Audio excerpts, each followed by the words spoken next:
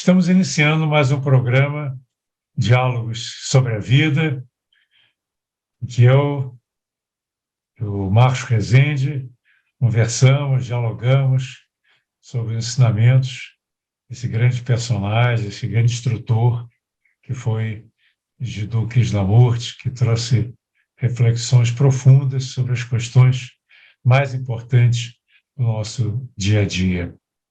E hoje nós estamos trazendo um tema que é fundamental, como a maioria dos temas que o Krishnamurti traz nos seus diálogos, que é a questão da violência e sobre as raízes dessa violência. Será que é possível superar essa violência que nós carregamos dentro de nós? A violência é uma dessas coisas que nós observamos como muito presentes no mundo. Você vê que a paz mundial foi sempre um tema que é alvo de muita conversa, muitas tentativas de acomodar interesses. Existem tentativas de chegar a uma paz entre nações, paz entre times de futebol, paz entre amigos, entre casais. Mas o que nós observamos é que os conflitos, as guerras se sucedem ano após ano, dia após dia, e o ser humano, embora tenha esse ideal de não violência, de fraternidade, de paz, não tem conseguido traduzir esse desejo em algo que seja efetivo, né? Que possa realmente trazer uma paz para o mundo. Você vê nações inteiras em guerra, algumas permanentemente, especialmente no Oriente Médio, né? Nós vemos aquele estado de tensão contínuo que leva qualquer ato, pequeno que seja, como sendo considerado uma agressão, que gera outra agressão, e aí você tem uma escalada da violência, muitas vezes com atentados terroristas, com atentados à vida humana, assassinatos, quebra-quebra, e isso tem sido uma constante, porque o ser humano não tem conseguido trazer para a vida prática algo que é uma vontade de todos nós, né? E mesmo pessoas ditas espiritualistas, né, entre aspas, quando são honestas com si próprias, eles observam, né? Todos nós observamos que em certos momentos nós agimos de uma maneira agressiva, sem a devida consideração para com os outros, nós perdemos a paciência, nós falamos de uma forma ríspida, nós, às vezes, ignoramos os outros. São diversas formas de violência, algumas delas mais explícitas, algumas outras que são mais escondidas, né? Mais, vamos dizer assim, envoltas numa esfera de tentar mostrar uma coisa e ser outra, por exemplo, né? Acho que as pessoas todas querem ser virtuosas, querem ser não violentas, pacíficas, mas quando nós olhamos para as nossas vidas, olhamos com sinceridade para as nossas vidas, nós vemos que existe, por muitos momentos, repetidamente, essa condição de violência. E, quando confrontados com isso, né, nós procuramos explicações, e existem livros e livros dando explicações por que o homem é violento. Alguns dizem que nós somos violentos porque isso é intrínseco à nossa natureza humana, que isso aí nós temos um cérebro animal, que é um cérebro que está condicionado a ser violento. Outros dizem que, através da educação, nós fomos educados para sermos violentos, para não levar desaforo para casa, e uma série de explicações dessa natureza, né? E isso, de fato, nós não podemos negar que existe violência ao longo de toda a nossa história, né? E a violência está instalada no nosso cérebro também. Então, a pergunta que nós estamos aqui para investigar, que não é uma pergunta fácil de ser respondida, é se seria possível o ser humano superar a violência, se seria possível cada um de nós viver sem essa violência, viver pacificamente.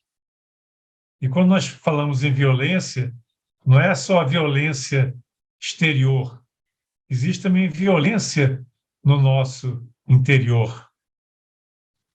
Por exemplo, se você engole um sapo, se alguém fala alguma coisa e você tem vontade de revidar, mas você pensa, eu não posso revidar porque ele é meu chefe, e se eu revidar a uma agressão, eu posso ser despedido. Aí eu engulo, eu reprimo. Isso não deixa de ser uma forma de violência comigo mesmo. Eu tenho determinados interesses. Eu quero ser promovido, eu quero ser bem visto. Então, eu acabo fazendo coisas que não fazem parte da minha natureza, não fazem parte dos meus princípios, mas eu acabo agindo de maneiras que não eu entendo como não sendo corretas, né? Às vezes nem sendo éticas, porque eu quero ser bem-sucedido, por exemplo. Eu quero receber os louros, né? Eu quero lucrar na vida, eu quero ter dinheiro, quero ter uma conta bancária. Enfim, são tantas vontades, são tantos desejos que nós acabamos enveredando por caminhos que muitas vezes nós nos arrependemos. Então, isso é uma violência interna. Então, nós observamos que existe violência no nosso interior que se reflete como violência no nosso exterior. Então, a primeira coisa que nós temos que fazer é simplesmente observar que essa violência é um fato. E muitas vezes nós não queremos aceitar que nós somos violentos. Então, nós jogamos a culpa nos outros. Dizendo, eu fui agressivo, também ninguém é de ferro, né? Ele pisou no meu calo, ele me agrediu, ele me roubou, né? E eu não posso deixar de reagir. Ou então, ele colocou a minha família em perigo, então eu tenho que fazer alguma coisa, eu tenho que agredir. Entende? São muitas justificativas que nós trazemos para a nossa mente para justificar, né, para poder entender e conviver, às vezes, com uma postura que é uma postura violenta. E, às vezes, nós olhamos para essa violência que está dentro e fora de nós e nós dizemos, poxa, não é legal eu ser agressivo, não é legal eu ser egoísta, eu ter, às vezes, agido de forma ríspida com meu amigo, com a minha esposa, com meus filhos. Então, eu vou me preparar para atingir a não violência. Eu vou mudar a minha alimentação, eu vou tentar conter essa minha agressividade. E o que você faz? Você joga para o futuro a mudança. Isso é uma das coisas que o Krishnamurti alerta com mais frequência, né? Quando nós nos deparamos com alguma coisa que nos incomoda, qualquer problema, né, que está dentro de nós, a violência é um dos problemas maiores, né, que existem nas nossas vidas. E, como eu falei, essa violência é algo intrínseco ao ser humano. E nós queremos entender se é possível superar, viver sem essa violência. Só que quando nós projetamos essa questão de viver sem violência no tempo, hoje eu sou violento, mas eu vou fazer uma série de práticas, eu vou estudar, vou meditar, etc. E aí eu vou me tornar uma pessoa não violenta. Então, isso é uma, vamos dizer assim, é a mente sendo ardilosa, querendo resolver um problema, mas projetando para o futuro, sem olhar de fato o que está acontecendo. Então, vocês vejam como é complicado, né? E o Krishnamurti ele traz muito claramente essa questão, né? Onde é que está a fonte dessa violência? Porque se você apenas disser, não, eu reconheço que eu sou violento, então eu vou fazer uma série de práticas, eu vou tentar controlar as minhas emoções, eu vou ser uma pessoa mais boazinha, eu vou contar até 10 antes de responder a uma agressão. Então, são uma série de práticas, vamos dizer assim, que eu vou fazer para tentar amanhã ser não violento. Mas eu não estou indo à causa, eu não estou indo à raiz do problema. Então, eu queria trazer agora o Marcos, que entrou na nossa sala aí, para comentar, trazer os seus comentários sobre essa questão tão fundamental, né? Que nós vemos a violência, mas nós projetamos a mudança para o futuro. Esse tema que o Eduardo sugeriu, das raízes da violência, ele nos convida a um mergulho assim realmente profundo, né? Porque quando a gente fala, primeiro a gente já descarta a violência física, né? Violência externa, bater em alguém. Mas a violência para nós é a palavra amarga, é a atitude rude, é aquela coisa agressiva verbalmente, ou até o gelo que você dá em alguém, o preconceito, tudo isso tem sentido de violência, né? Uma violência não tão expressa fisicamente, mas no plano emocional, no plano mental, tudo isso é violência, né? E aí, quando você vai buscar as raízes, eu estava até ouvindo um post desse que o pessoal coloca na internet do Krishnamurti, ele está falando sobre corrupção. E ele estava dizendo que a corrupção nasce do autointeresse. Quando há o autointeresse, surge a corrupção, né? E aí, se a gente tentar entrar e buscar essas raízes, a gente vai ver que o pensamento é uma ferramenta extraordinária, extraordinária, mas ele deixa resíduos problemáticos e perigosos, né? Ele deixa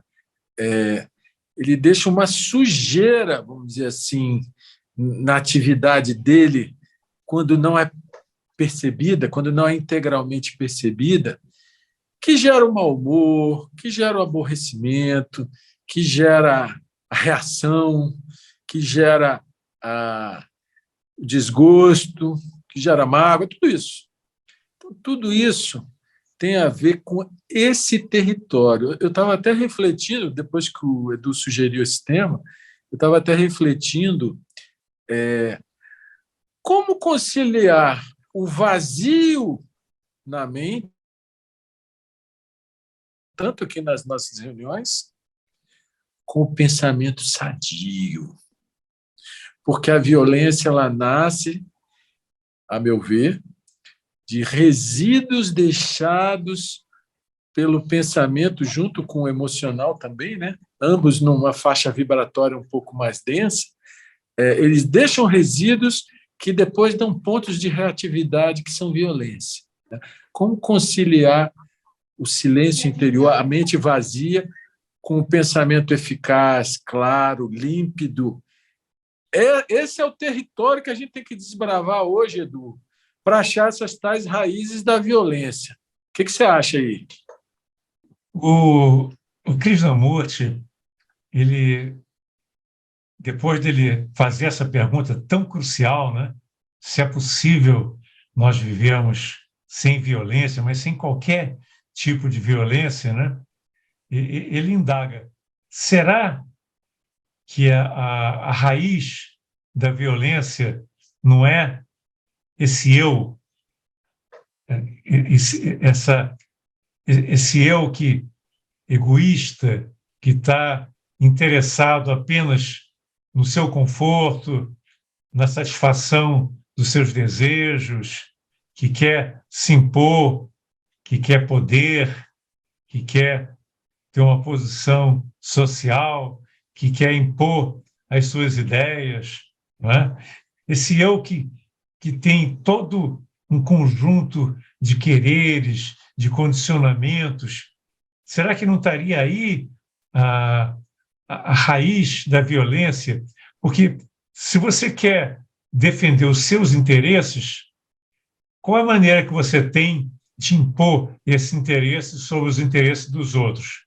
É a violência, né? Quando você coloca o seu interesse por cima do interesse da comunidade ou do interesse da família, ou mesmo do parceiro, do cônjuge, é lógico que você acaba sendo agressivo, né? Essa agressividade pode nem parecer algo como algo tão violento, mas ela pode ser sutil. Se você despreza alguém, por exemplo, né? Você está sendo violento, né? Se você coloca alguém para baixo, você está sendo violento. Se você não dá atenção para aquela pessoa, você está sendo violenta. Então, a violência ela é multifacetada. E a violência física é apenas um dos aspectos, talvez o mais evidente, da violência. Mas, em todo tipo de violência, nós podemos notar que existe um eu por trás, um eu com seus interesses, né? Ou seja, aquela vida autocentrada, que coloca o seu interesse à frente do interesse da comunidade. Não é, Marcos? Mas, Edu, é fácil a gente falar que é o eu. Difícil é a gente perceber as infinitas sutilezas desse eu em operação, em nós. Por exemplo, quando você dá um gelo numa pessoa, você não faz nada, você não fala nada, você fecha a cara, fala secamente. Você está sendo violento? Não deixa de ser uma forma sutilizada de violência, né, Edu? Quando você gera um preconceito muito forte contra alguém, violência. Então, assim, o eu ele é tão sutil, tão sofisticado, tão cheio de nuances, tão cheio de resíduos, que para a gente realmente chegar nessas raízes e extirpá-las, não é? Demanda muita percepção de si mesmo a cada instante. Porque cada dissabor, cada pessoa que te incomoda, cada disputa, às vezes as disputas são extremamente sutis. Às vezes a disputa num casal, por exemplo, é quem é que dá a última palavra, né? Tem muitas histórias engraçadas, né? De casal assim, né? Que o homem como é que é? O homem só fala com a mulher de joelhos. Umas histórias assim bem engraçadas que a gente não vou, nem fazer piada aqui, mas assim, existem disputas sutis nos relacionamentos, por incrível que pareça, né? Existem as pessoas que são preponderantes sobre outras de forma muito dissimulada, né? Tudo envolve uma certa violência. E a reação a isso também é violência, né? Então, perceber em si todas as pequenas ações que envolvem domínio, que envolvem submissão, que envolvem autoafirmação, que envolvem forçar qualquer tipo de coisa. Porque as pessoas, em geral, estão acostumadas a viver na forma mais grosseira, né? Mas, na medida que você vai se percebendo e se sutilizando, vamos dizer assim, você acaba percebendo que tudo isso tem raízes muito sutis e que o trabalho de autopercepção, né, de autoobservação, de cuidado na hora de agir, né, de sopesar sem o centro de interesse que calcular aqui eu ganho, aqui eu perco, o que é mais vantajoso para mim, né? Quer dizer, agir com sabedoria sem esse centro de interesses. Eu acho que tudo isso aí tem a ver com essa raiz da violência, Edu. Acho que o assunto é muito profundo e você foi muito feliz em sugerir esse tema. Estamos chegando ao final da primeira parte desse nosso programa Diálogo sobre a Vida. Daqui a pouco nós retornamos. Fiquem conosco.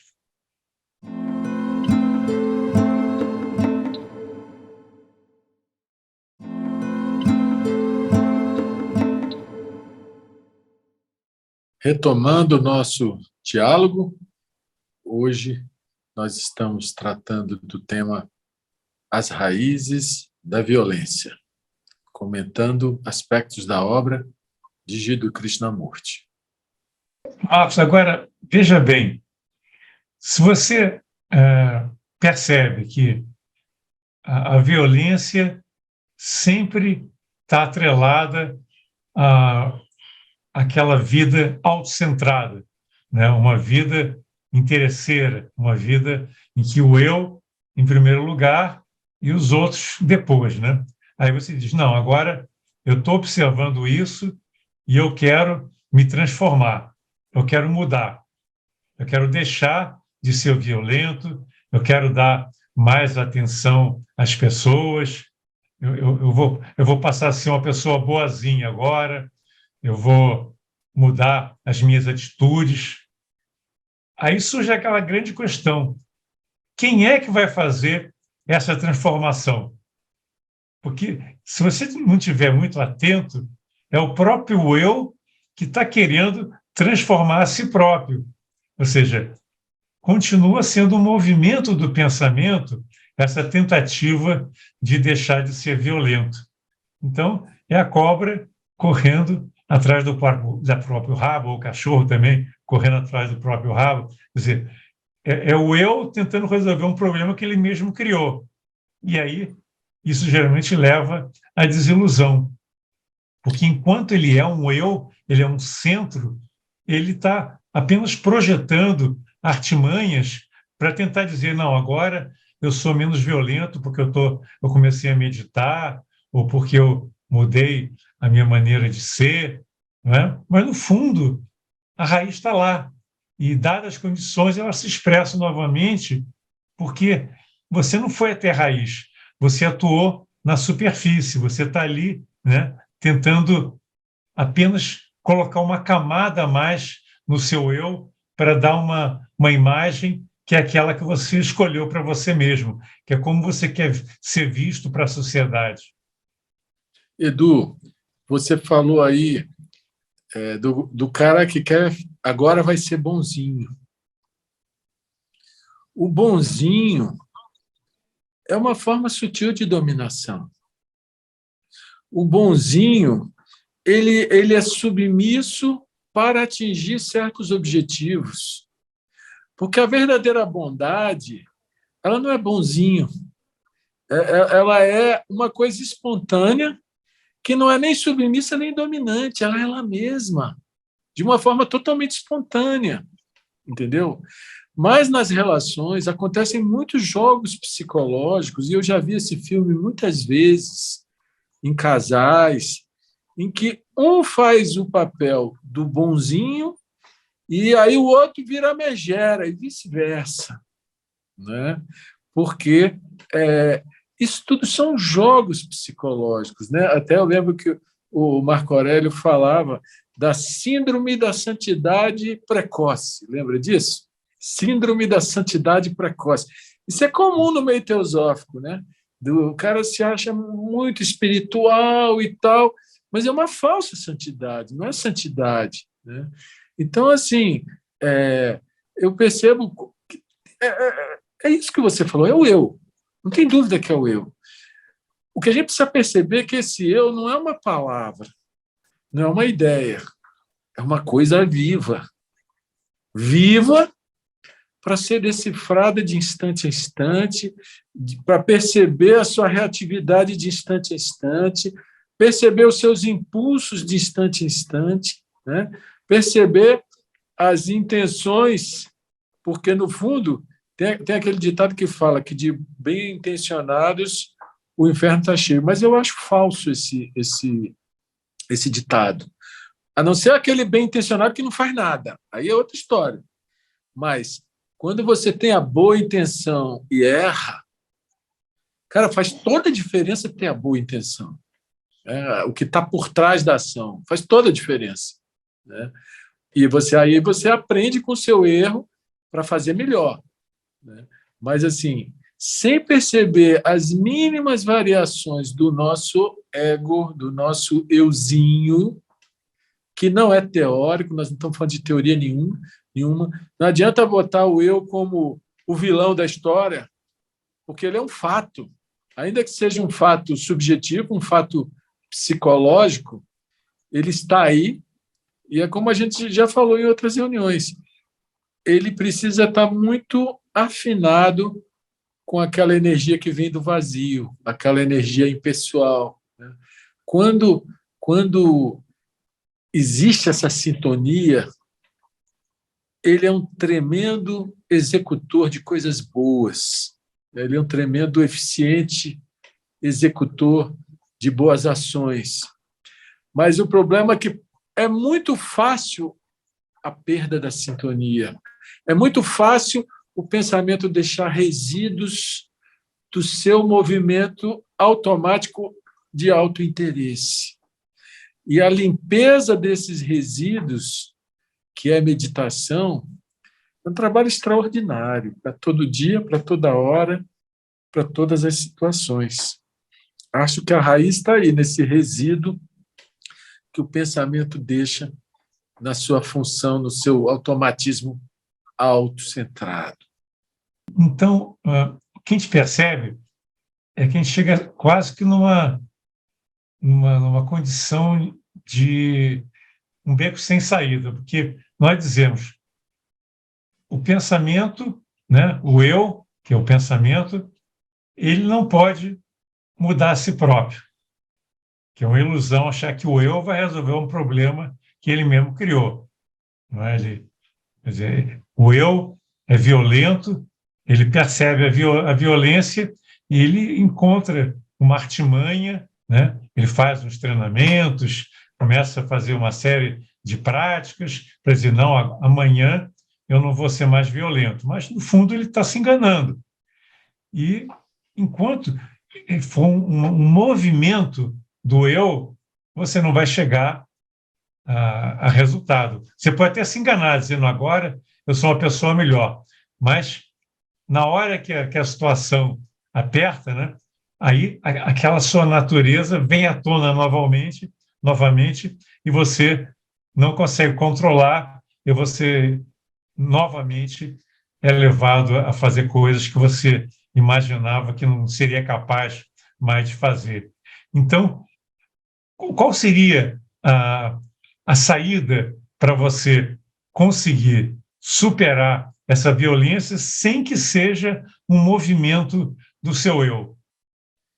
Edu, se você procura um resultado, já é o eu, certo? Se você quer controlar a violência, já é o eu também. A única maneira de lidar é com a verdade. E o que é a verdade? A verdade é o que é.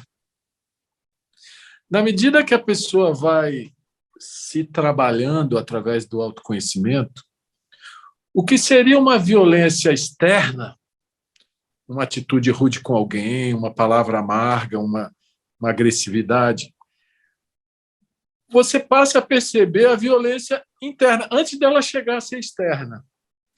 Antes de você ser grosso com alguém, você já percebe essa tendência em você, você já percebe o movimento do pensamento, você já percebe a reatividade em você. Ela já é a violência, ainda que não tenha se manifestado externamente. Por quê? Nós estamos povoando o mundo astral e o mundo mental de pensamentos e sentimentos o tempo todo, né? Então, na minha compreensão, a única coisa que pode, não para chegar a um resultado, mas para produzir uma transformação, ainda que ela não seja final e definitiva, porque sempre vai haver níveis ainda mais e mais que possam ser trabalhados. É você perceber a verdade da coisa na hora que ela surge. Ou seja, alguém fez alguma coisa que você já pensou mal. Olha para esse pensamento. Não reprime, não. Olha. Né? Só olha. Porque se você reprimir, é o eu que está escondendo, que está fazendo joguinho. Né? A verdade é ver o que é sem distorcer.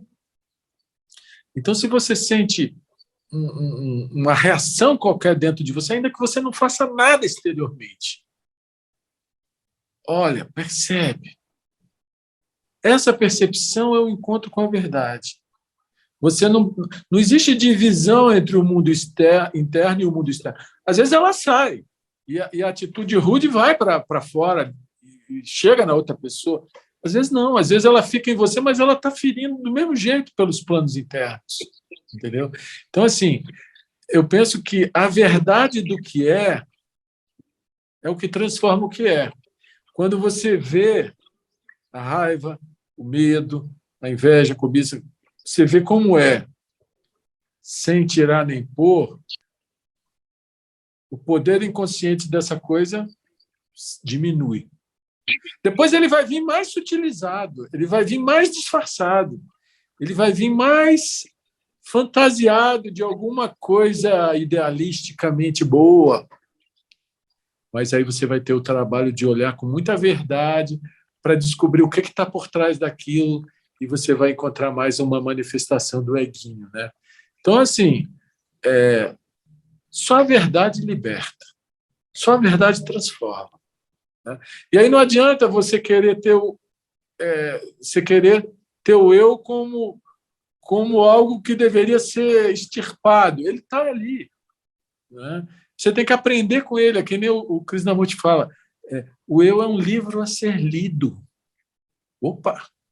Um livro a ser lido. Ou seja, você vai aprender com cada reação dele. Né? E esse aprender é infinito. Então, não é um resultado. Eu cheguei à não violência. Não. Na medida que você vai se trabalhando, atos mais espontâneos, harmônicos, virão naturalmente. Pode ser que um dia pisem no teu calo de um jeito tal, você diz, boa, não pensei que eu fosse capaz de sentir o que eu senti, mas sentiu. E daí? Não é pecado, é a verdade. A verdade é que você sentiu e está sentindo. E nesse vir à tona, com verdade, a transformação pode acontecer. Pois é. Então, vocês vejam que muitas pessoas acham estranho quando o Krishnamurti critica, por exemplo, os grupos que têm como bandeira a não violência. Porque se você tem uma bandeira qualquer que seja, né? Inclusive a não violência, ela se tornou uma ideologia, ela se tornou um conceito. Quer dizer, hoje eu sou violento, né? Hoje meu país é violento, hoje meu grupo é violento, mas eu vou trabalhar para remover a violência e chegar a uma condição de não violência, né? Então você projeta no tempo a transformação. E as pessoas não entendiam muito o cristão. Hoje, pode ser contra a não violência. Quer dizer, o que ele procurava mostrar é que não é pelo intelecto, não é você tendo um conceito que você vai resolver o problema. Logicamente, todos nós queremos a paz. Isso é inegável, é um anseio fundamental do ser humano. Mas enquanto a paz for apenas um conceito, uma ideia, uma ideologia, assim como a não violência, nós vamos continuar sendo violentos e trabalhando apenas no plano mental, dizendo, não, eu sou adepto da não violência, mas chega em casa e é grosseiro com a esposa, ou com a empregada, ou com o filho. Então, nós temos que ter muito cuidado com não deixar que as ideologias passem a ser uma bandeira e que a nossa vida não reflita aquilo que nós achamos que é fundamental, que é, que é básico na nossa vida, que é uma vida realmente equilibrada, uma vida em paz, uma vida amorosa.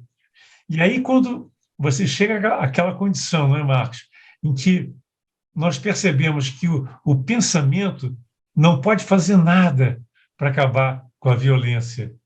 E que tudo que nós podemos fazer é observar o que está acontecendo dentro de nós.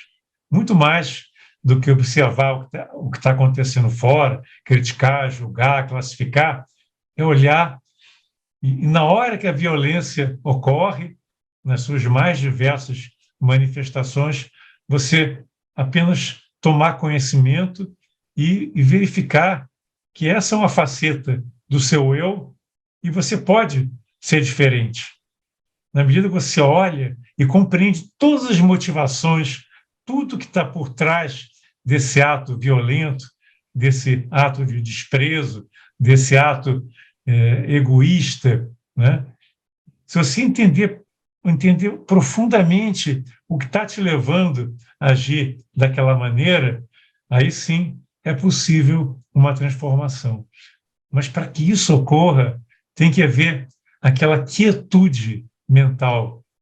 Você não pode ter nenhum movimento do pensamento de tentar justificar, fugir e começar, né, a tentar colocar uma camada por cima do que aconteceu para que aquilo passe a ser aceitável para você mesmo. É você olhar com toda honestidade, com toda a sua inteligência.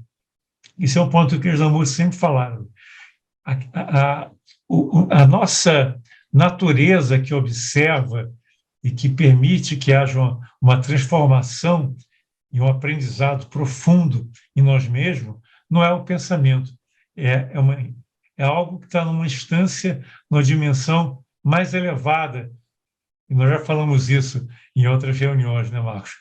É assim, inteligência que olha de cima, se é que a gente pode falar nesse sentido de cima, mas que olha fora do centro, que está observando sem querer chegar a lugar nenhum, sem querer mostrar que pode, sem querer se transformar, simplesmente tomar conhecimento e, desse aprendizado, permitir que haja uma revolução interior, né? Eu gosto muito dessa palavra, da revolução interior, que é aquela revolução que acontece no aqui e no agora, no momento que você olha, entende o que está acontecendo e desse olhar ativo, desse olhar sincero e revolucionário, aí a transformação pode ocorrer. Edu, esse negócio da não violência é interessante. A transformação não se dá através de pares de opostos. Você lembra que a gente já teve uma reunião nossa que a gente discutiu sobre o apego e que o Krishnamurti falava que cultivar o desapego só reforça o apego. Você lembra disso? Na questão da violência é a mesma coisa, porque a não violência é uma repressão à violência, né? E ela, muitas vezes, faz aumentar a violência nesse sentido interno, né? Se a gente olhar essa experiência do Gandhi lá na Índia, Gandhi é o maior herói nacional da Índia, e a política dele era da não violência, né? E o Krishnamurti criticava essa política. Por quê? Porque ele é a favor da violência? Não, mas porque aquilo era uma forma de luta, né? Então, você, por exemplo, você faz uma greve de fome, você está atacando alguém? Não, você está querendo constranger alguém, forçar alguém a fazer alguma coisa. Isso é uma forma de luta, né? Quer dizer, então a não violência ela é boa no sentido de você não reagir externamente, mas quando ela é uma forma de luta nesse sentido, ela também é uma forma de violência, né? O caminho de resistência ele não é nesse sentido. Uma coisa é você não compactuar com as coisas, outra coisa é você usar modos de agir como formas de lutas, né? E você pode reparar que na história da Índia, com a coisa da desobediência civil que o Gandhi pregava, virou uma confusão tremenda. A Annie Besant era contra isso. Ela divergiu do Gandhi porque ela era contra a desobediência civil. Ela achava que tinha que reformar através das leis e não é, é, propagar a desobediência às leis. Porque quando você não tem leis, vira a lei do cão, do cada um por si, salve-se quem puder. E na história da Índia a gente vê também que começou aquela brigaiada danada, hindus, muçulmanos, foi criado o Paquistão, que era a Índia, não era outro país, não é? Um derramamento de sangue imenso, e o próprio Gandhi fez uma greve de fome para pacificar o país. Como ele era muito venerado, muito respeitado, deu aquela quietada, deu aquela baixada, né? Mas logo depois, até hoje existe violência entre Paquistão e Índia, até hoje existe disputas de fronteira, existe, né? Então a raiz está dentro do ser humano, ela não é uma forma de luta a não violência, né? A não violência é compreender a origem da violência, que é o nosso pensar, no nosso, como você falou, modo autocentrado de ser. É aí que está essa raiz. E é aí que ela tem que ser procurada, né? Porque você reprimir qualquer forma de violência, né? Só reprimir o bonzinho, na verdade, ele é falso, porque ele não é bonzinho, aquilo é uma casca dele, né? Isso aí gera neurose, gera doença, gera depressão, gera relações distorcidas de mil naturezas, né? Então, o segredo é trabalhar a violência sempre que ela surge, tentar trabalhar a natureza mental, principalmente dirigindo ela para certos propósitos benéficos, o uso do poder do pensamento para coisas que não sejam egocêntricas, ele ajuda nesse processo de quebrar o egocentrismo, né?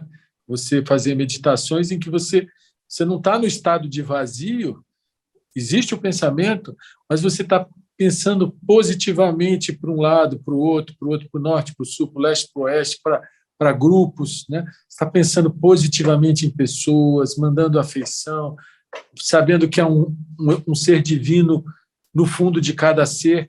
Então, é uma maneira de você usar o pensamento sem deixar resíduo, até que ele se torne de tal forma forte, sem estar fechado ao que é mais sutil do que ele, né? Aí ele sendo iluminado pelo que é mais sutil do que ele vai ser um pensamento benéfico.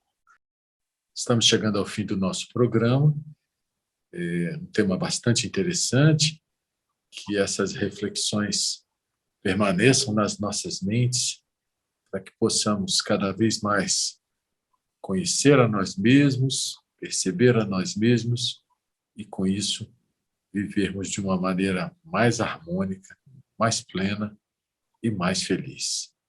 Até o próximo programa.